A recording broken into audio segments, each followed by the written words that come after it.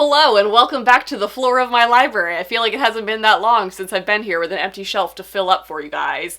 But by the title of this video, you guys can tell that this is going to be my ALA Midwinter 2020 book haul.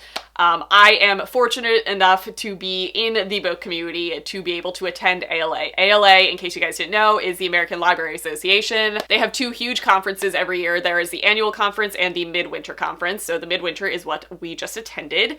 And it is basically a really big networking and big industry event for the library system in America. So that is primarily what it's for. It is actually a week-long event, but us little booktubers and book reviewers and book bloggers do have the potential to get access to the exhibit hall on the weekends, which is basically what we want to go to anyway, because it's where all of the big publishing houses set up with all of the big titles that they are releasing ARCs for or pushing for marketing reasons. It also has a whole bunch of booths of like things that don't necessarily apply to me as a booktuber, but would apply to other librarians, just programs and systems to integrate into your library system. But we went for the books, obviously. That's what you go for as a booktuber. So one, I'm incredibly grateful and blessed to have the opportunity to go to this. And two, I'm also equally as grateful that it took place in Philadelphia this time. The Midwinter one did. I went to the annual conference back in the summertime. If you guys missed it, I will leave that haul linked down below. There were many books as well. And that one took place in DC, but it is a traveling event, so this is probably going to be it for a while. I'm pretty sure it's going to Chicago and then Indianapolis. Like, it's moving west for a bit before it comes back to the East Coast, so I took advantage of it while it was here, and it was a joy and really exciting, and I'm just so happy that I got to go and meet all of you guys. 3, I'm incredibly grateful and blessed to meet all of the people who came up and said hi to me and my friends, which leads me to number 4. Thankful for all of my friends that I got to go with and other booktubers and people in the community that I got to meet up with or meet for the first time. Went with Julie and Amber. Julie, you guys might know from Pages and Pens. Everybody I will try and leave linked down below if they have social medias or whatnot. I got to meet up with the other Chelsea. The two Chelseas of BookTube united, and it occurred to me after the event that we did not even document such a meeting. So Chelsea, we need to actually like take a picture of the two Chelseas of BookTube. But I got to meet up with Chelsea from Chelsea Darling Reads and Madison from Princess of Paperback. If you guys aren't following her, she is the most beautiful human being on earth and is a joy and a bundle of energy. And I'm so glad I got to meet her and a ton of other people. Okay, you guys are here for the books. Let's get to the books. I have these in publication order, and I have some synopsises for you. I did really well this year. I have about 30 books to show you guys, which may seem like a lot to some of you, but if you've been to events like that, this is a very contained amount, and I'm very proud of myself because I was trying to not go ham this year, and I think I succeeded, especially because I only went for one day. Everybody who went for multiple days came home with like double or triple what I have right here. I purposely didn't really look at releases coming out so that I didn't have a set list to go for. I had a few specific titles in mind that I really wanted, and I just kind of went off of what I actually wanted to read. So a lot of this is not going to be fantasy because I'm not in a fantasy mood, and thinking back, there wasn't actually much fantasy there to take. There weren't that many fantasy titles, but this is basically the mode that I'm in. It's a lot of contemporary, it's a lot of thrillers, it's a lot of stuff. Okay, let's get into it. The only February title that I have is a spontaneous pickup. A lot of these are going to be spontaneous books that I just randomly was like, oh, that looks good. This is The Golden Key by Marianne Womack. Historical. Let me read the little tagline. It says, 1901, after the death of Queen Victoria, London heaves with uncanny. Seances are held and the dead are called upon from darker realms. Sign me up. Also, look at this cover. And it's short, so this one comes out on February 18th. I have post-its to remind myself, so that's what I'm going to be sticking on as I go. Book 1. That's the only February release, which I'm off to a good start. That means I can actually somewhat stay up to date. Moving into March. We have a lot of March 3rd ones, though, so I've got a month to go. I have Docile, which I have the thing on still. This is where we are with this. Docile by Kem M. Zbara. That's a lot of letters for that short of a name. This book sounds amazing. This book I first heard from Mel to the Any. This is kind of, I'm going with really, really heavy, dark, dystopian sci-fi elements, but like modern, contemporary type of setting. I believe the tagline is "There is no consent under capitalism." This basically takes place in a world where your body gets sold off as like a commodity, and I believe we are following a main character who sells himself to pay off his family's debt, and the person that he gets sold to is the heir to the docile drug, which I believe is how they kind of control this entire system. So it sounds heavy. The guy who pitched it to us did a real good job pitching it to us. It's gonna be a turmoil. I know this is like very sex heavy. This is very dark and intimidating, and I'm excited to read it. Speculative fiction, there we go. That's the term that my brain was struggling for. It's right on the little label there. So, March 3rd. Another March 3rd release is The Vanishing Deep by Astrid Schult. I did not read Four Dead Queens by her. It didn't really appeal to me. I knew that was kind of like sci-fi fantasy, whatever, and I was out of that mode at that point. But this one sounds pretty appealing to me. This one reminded me of Waterworld. Do you guys remember that movie that came out forever ago? Who else is old with me? But I believe it's a YA book, so it follows a 17-year-old girl who's born into a world of water where the great waves destroyed her planet 500 years ago. It's a lot of like ocean deep diving and exploring, but it's definitely a fantasy setting, and I think she like uncovers whatever happened to her sister. I don't know. It was on my radar. That was one that I was actually keeping my eye out for, so there it is. I'm excited for it. Another March 3rd release is one that I'm very excited about. This was in one of my most anticipated releases videos. This is Be Not Far From Me from Mindy McGinnis.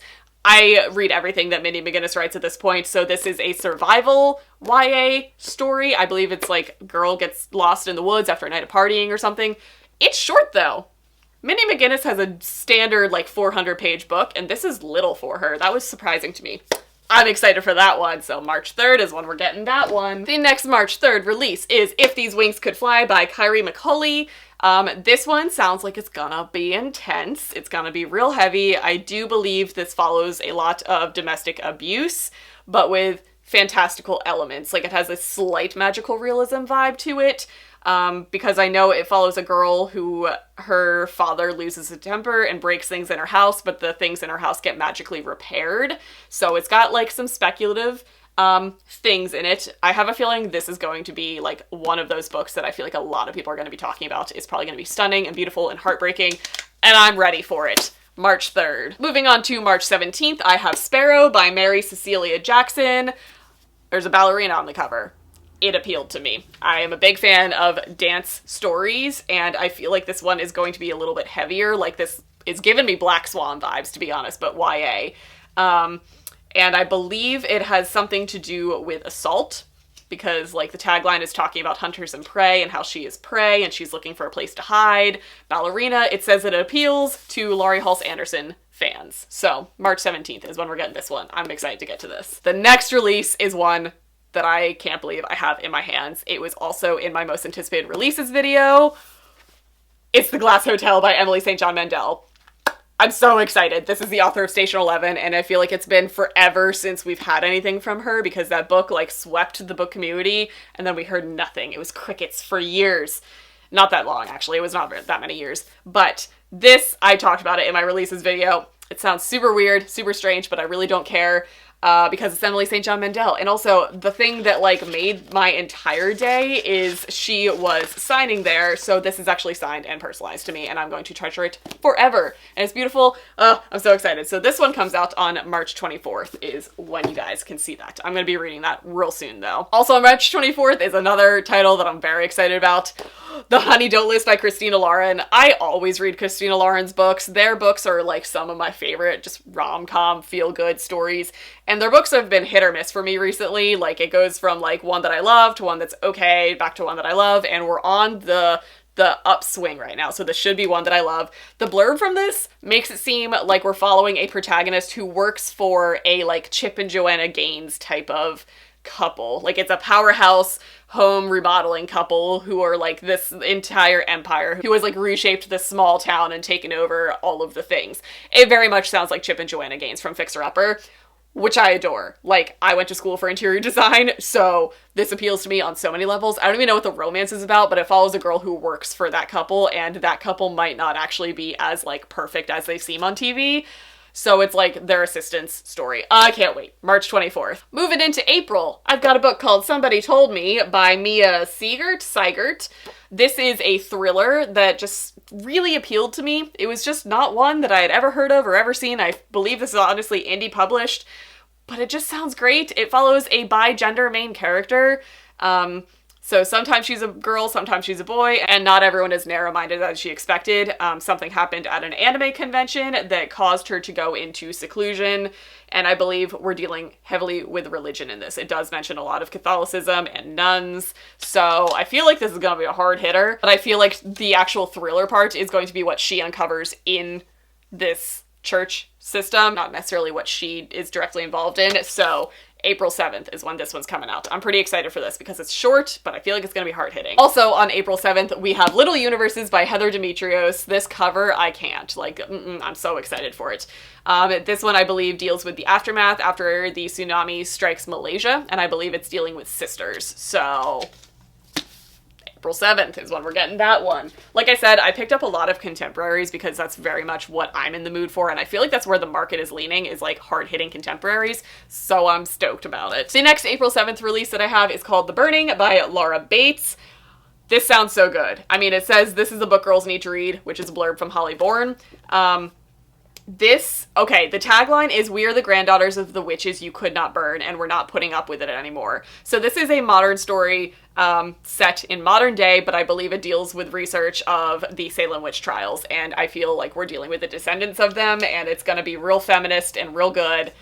Also, April 7th. I'm excited for this one. This one's gonna be a good one. Oh my god, my feet already hurt from sitting on the floor. Okay, the next one is gonna be another hard hitter, and that is The Lucky Ones by Liz Lawson. This one, I'm gonna need to, like, prepare myself for. So I believe this is a story, I don't even know if it's going to be a romance or if it's just platonic between these two main characters, but we are following May, who is a survivor of a shooting, and she has intense survivor's guilt. And we are also following Zach, who lost his mother to a school shooting as well. So again, probably dealing really heavily with survivor guilt, which honestly is a story that really, really needs to be told right now in America in the climate that we're in. So this one's going to be a hard hitter, and I'm going to prepare my emotions. So this one is also in April. The next one I picked up on a whim, and I'm curious to see how it goes, and that is The Happy Ever After Playlist by Abby Jimenez, the author of The Friend Zone, which I didn't read mainly because I saw all of the opinions that came out about that book. So I'm kind of, one, curious to see how she handles her second novel, and two, this sounds so stinking cute. This follows, it's a rom-com that follows a girl who is feeling very lost and very alone when a stray dog comes up to her and she ends up taking it in, but then the owner of said stray dog wants his dog back, but he's a musician who's on tour constantly, so it is their flirting through text messaging and ultimate meeting. So I have a feeling it's going to be music and puppy heavy, so I'm excited. I think this is going to be a good, like, contemporary-thon reading book. So that one is April 14th, so we're moving into the next week of April. Moving into May, this is a book that we spontaneously got to meet the author, got to talk to, get it signed, didn't even know it was coming out, and that is Sweet Sorrow by David Nichols, who is the author of One Day, which I haven't read or seen the movie, but I was with Julie and Amber. One had read the book, one had seen the movie, and they both bawled their eyes out. So I was like, what am I missing? So I kind of want to get a copy of One Day and read it, and then read this, because he said it's not as heartbreaking, it's more bittersweet, but I feel like there's still going to be a lot of emotions. So I'm going to prepare myself for that. But this one comes out on May 5th, has a very, very different cover now from what the arc looks like. So don't go buy this cover. The next book that comes out on May 5th is one that was a total impulse pickup, and that is called Siri, Who Am I by Sam Cheetah? I don't know, that's a lot of consonants to start a name off with. This sounds like a riot. This is about a girl who wakes up from a coma, has complete amnesia, has no idea who she is, where she is, what's going on in her life, and she uses Siri and social media to figure out who she is. Like, she literally asks Siri who she is, and she goes into all of her social media accounts and backtracks to figure out who she is and what led up to her coma. It sounds fun. So that one is May 5th as well. The next May 5th release is one that I'm very intrigued by, and that is Labazania? Labazona. I don't know. By Romina Garber. First of all, look at this cover. This book, I think, is going to be stunning in a finished copy. If this is what the arc looks like, I'm so excited. The thing that got me was the little tag that one of the publishers actually wrote out, and it said, like, werewolves, witches, and magic. So that's what kind of got my attention, but the tagline in this says undocumented, unprotected, unafraid. So I think it's going to be hard-hitting with fantasy elements, blurbed by big names in the title. I believe it has to deal with Argentinian heritage, it deals with witchcraft, it deals with werewolves, but I feel like it's also dealing heavily with, oh, there's a blurb in here, folklore, werewolves, romance, magic. 16-year-old Manuela is on the run from her Florida home, chased by her father's Argentine crime family and at risk of being deported. Her journey takes her from Miami to a secret world buried within our own, a world of Argentinian folklore where witches and werewolves come alive at the full moon. Ah, sounds so good. I want to read this right now. May 5th is when this one comes out. Oh, that sounds so great. I might pick this one up now. Oh, I'm excited for that. That got me all excited again. Moving on to May 19th, we have this book, which this cover. I need to take the sticker off. I don't remember what this was for, but just can we talk about this cover? This is Boys of Alabama by Genevieve Hudson. This is going to be, as the theme of this video shows, it's going to be hard-hitting contemporary. I believe this is queer. But I'm getting Serpent King vibes from this, from the synopsis that I was getting. It's about a new teen who arrives in Alabama, falls in love, questions his faith, and navigates a strange power, so I don't know what that means. But he's taken in by, like, the jocks, but then he kind of meets fishnet-wearing Pan in chemistry class, and they embark on an all-consuming relationship. Max tells Pan about his supernatural powers, and Pan tells Max about the snake poison initiations at a local church. That's where I'm getting these Serpent King vibes. We're definitely getting, like, Deep South, I'm assuming prejudice that they're going to overcome, but I'm just so intrigued by what are the powers, what's the church influence in, and like what is their relationship. It sounds awesome, and it sounds like characters that I'm going to love. So this is May 19th, and this is another one that I think I'm going to pick up super soon because I can't wait. This sounds so great. Oh, we're out of order. I'm on May 12th right now. I went backwards. The next book that I have is By the Book, which is by Amanda Sellett. I believe this is a debut author, and this is a book that was just pitched to me, and I was like, well, I'm sold. First of all, because of the cover. It's a precious little illustrated rom-com-y cover. This is a YA romance, I believe, that follows a girl who is in high school. She has an extensive knowledge of classic literature and imagines herself as the heroine of 19th century romances. So it sounds like it's going to be heavily influenced by like Austen and Tolstoy and modern settings. But the little tagline is so cute. It's a novel of pros and cons, but pros, like to writing prose. Oh, it was so cute. So the publisher, while we were there talking books, we asked what they recommended out of all of the titles, like what they would really want to tell people about, and this is the book that they gave us. And I was like, I mean, this seems right up my alley, so you're doing a good job with the marketing. So May 12th is when you can get that one. We're gonna switch these around. There we go. Now they're in order. Next on May 26th, we have Camp by Elsie Rosen, still don't know, author of Jack of Hearts and Other Parts. And this is a queer summer camp story, if you can't tell by the badge that is made out of rainbow sequins. It sounds amazing. It's about a boy who goes to a camp for queer teens. It's called Camp Outland. He ends up going and really crushing on this guy who is really into masculine guys, so he goes home, comes back the next year as the mask version of himself. I just feel like it's going to be a great coming of age, not really coming out, he's in Camp Outland, but it's going to be a great coming of age queer story that I think is going to resonate with so many people, so this sounds so stinking cute. So May 26th is when this one's coming out. Okay, we are moving into June, with June 2nd, with one of my most anticipated books that I didn't even really know existed. Like, I've seen the title, I didn't know much about it, but I have Where Dreams Descend by Janelle Angelis. The tagline would have made a 14-year-old me pee my pants. It is Moulin Rouge meets the Phantom of the Opera. As a theater kid, this is everything that I would have wanted in a book in like middle and high school. Oh my god, Moulin Rouge and Phantom were like the shit to me. So, this sounds freaking amazing. Look at this cover. This is going to be a stunning hardback. I can't wait to get to this. It follows a girl who's a magician in one of the greatest shows on stage in a lost city of Glorian, and it's passion and theater and magic. I can't wait for this. This is honestly one of the only fantasy books that I picked up in this haul, and I'm stupid excited for it. So this one comes out in June. It's coming out my birthday month. I feel like it was meant to be. So June 2nd is when you're getting that one. Also on June 2nd, we have 6 Angry Girls by Adrienne Kisner. This sounds so good. It sounds like a really good feminist story. So this is a YA contemporary, go figure. That's the theme we're on.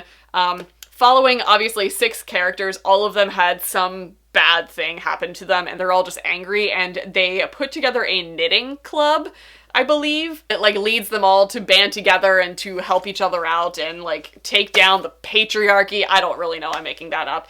But it's called 6 Angry Girls and it sounds awesome, and they all knit together in a club. Moving on to June 9th, I have We Are Not Free by Tracy Chee, who wrote the Reader series, which is back there. I don't know, you guys can't. It's like right there somewhere. This is her first non-fantasy story. I believe this is historical fiction dealing with Japanese American teens who were dealing with the incarcerations of World War II. So this one's gonna be light and fluffy. Am I right? No, this is gonna be real intense and I'm pretty excited about it. I've heard good things already about this. So June 9th is when this one's coming out. I'm gonna prepare my emotions for this one. But on the same day, we're getting this book, which is called The Mall by Megan McCafferty.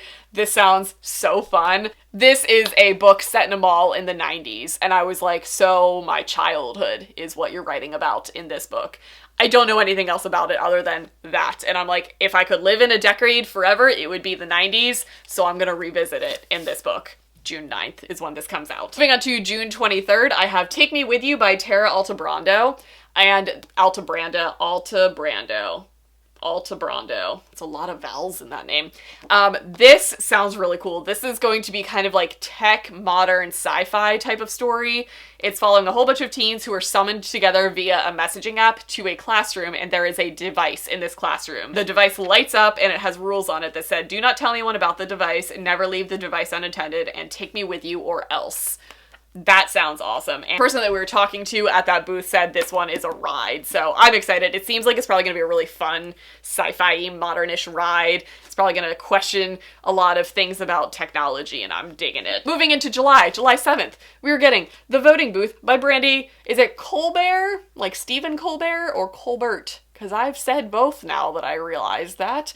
This is the author of Little and Lion and a whole bunch of others. She wrote The Revolution of Bertie Randolph, I want to say. I did not read that one this past year, but I wanted to. She writes really good, diverse, hard-hitting contemporary stories, and I feel like this one is going to be no different. This one is going to get political, and I feel like it's going to give voice to the concept that your vote does matter. So I'm hoping this may have a good influence on today's youth, which I feel like is a good thing to talk about in the YA book community. So I'm excited for that one. That one's July though, so you got a ways to go for that one. I'm sorry. Next, I have The Glare by Margot Harrison. This one sounds intriguing. This one sounds very similar to the tech one that I was just talking about. This follows a girl who has been in like a self-imposed isolation ranch with her mother, where there's no technology because she has a really intense fear of what she calls the glare, which is the world of like cell phones and tablets and screens and whatnot. And she's about to re-enter it. And I believe this has something to do with a video game that is kind of real.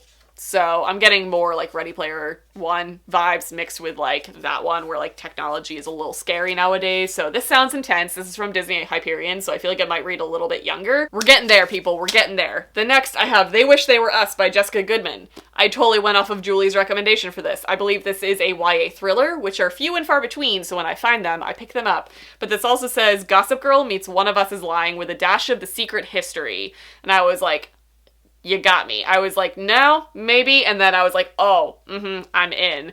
So this is a murder mystery that will have you guessing until the very end. So, and is blurbed by a lot of actually really good, like adult thriller writers. So intrigued by this.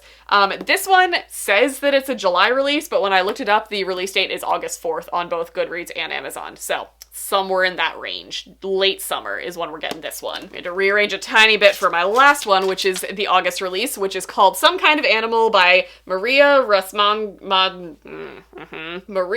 Ramasco Moore. That was a mouthful for some reason to get out. This is kind of a horror, spooky thriller type of thing. This follows a girl who lives in a tiny Appalachian, I know I'm in Pennsylvania, I know it's supposed to be pronounced Appalachian, you can tell that I'm not close, but I'm in Pennsylvania, that still runs through my state. I say Appalachian. Tiny Appalachian town where her mother disappeared 15 years ago. Then she ends up finding a long-lost sister who is like this feral animal in the woods, and she doesn't want people to find out about her. I don't really know. This cover is spooky. The synopsis is spooky. It's gonna be spooky. August 4th is when that one comes out. Alrighty, so those are all arcs that I got. I have a couple random things. I picked up the rom-com reader, which I thought was going to be more exciting, and then I got home and I was like, oh, this is blurbs from all of the really big titles that came out in the rom-com genre recently. So this literally has the first 3 chapters of like The Hating Game, Fix Her Up, The Right Swipe, No Judgments. Like, it's just a sampler of a whole bunch of authors that are published by Avon Books or William Amaro. So this will give me a taste of the ones that I haven't read yet, but I've read most of the books included in this. So this is just excerpts from the romance genre. We're gonna put that up there.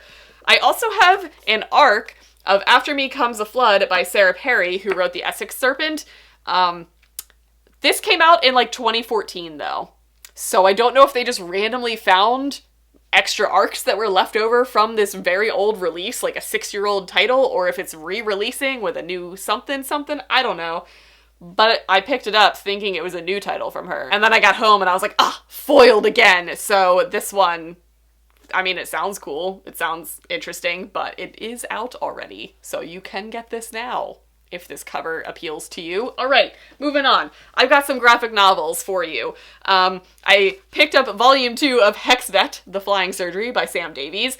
I picked up volume 1 at the last ALA and I adored it. This is very much a child's graphic novel that follows witches in training to be vets for, like, fantastical beasts, which if you guys know anything about me, this totally 100% appeals to me. Even if it is not my age range, I still read the first one and I still loved it. So this is volume 2.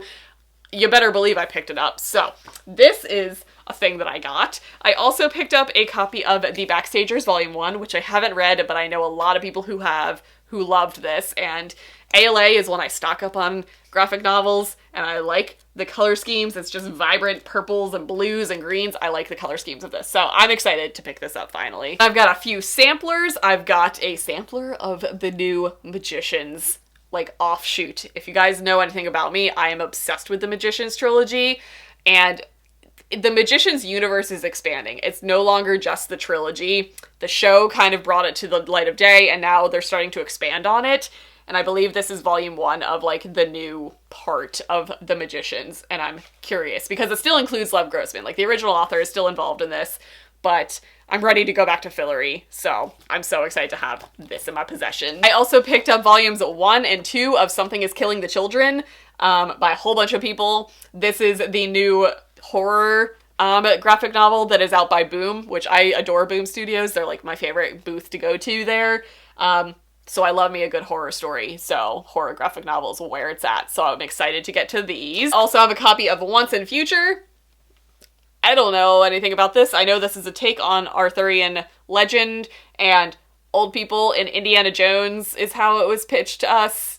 I don't know. I have this though. It's a very small, like, sampler, so I can breeze through this real quick and let you know what I think in the future. And they also had the excerpt from the new Sabatir Ember in the Ashes graphic novel series. I believe this is a prequel thing, and she was actually there and signing. I did not stand in line though. I regret that now. She was there and beautiful and signing these things, and I just didn't stand in line. That was how my day went. My feet were hurting at that point. So we've got these as well, and that concludes my... Nope, I lied. I have Harley in the Sky coming to me, thanks to Madison and Julie. Madison picked up the last copy because she is my favorite person in the entire world, and I love her to pieces. And she gave it to Julie to mail to me, and I was like, yes. So, you guys know how I was really excited about Harley in the Sky by Akimi Don Bowman. They didn't have it on Saturday when I went, and then everybody else went back on Sunday. I had to go back to work. It was a sad day for me, but they picked up a copy for me. So thank you so much to Madison and Julie for snagging that for me. So that concludes my ALA Midwinter 2020 haul. This is probably going to be a very long video to edit. I'm looking at the timestamp now. There's a lot of footage to go through, and there was not that much downtime for me to cut out. But I hope I got you guys excited for some upcoming titles, because I'm excited. So that is going to bring me up through, like, August, late July, August-ish of this year, and I'm excited. It is going to be a good reading time for me. So that's it. I hope you guys stuck around to the end. I hope you got a snack for this video or something. I don't know. But that's going to be all. I hope you guys enjoyed watching it. And again, thank you to everybody who said hi to me. Thank you to all my friends that I got to go with and experience this with me. And thank you to ALA for, you know, this bringing this into my life. So that's gonna be it. I hope you guys enjoyed it, and I'll see you guys in my next video.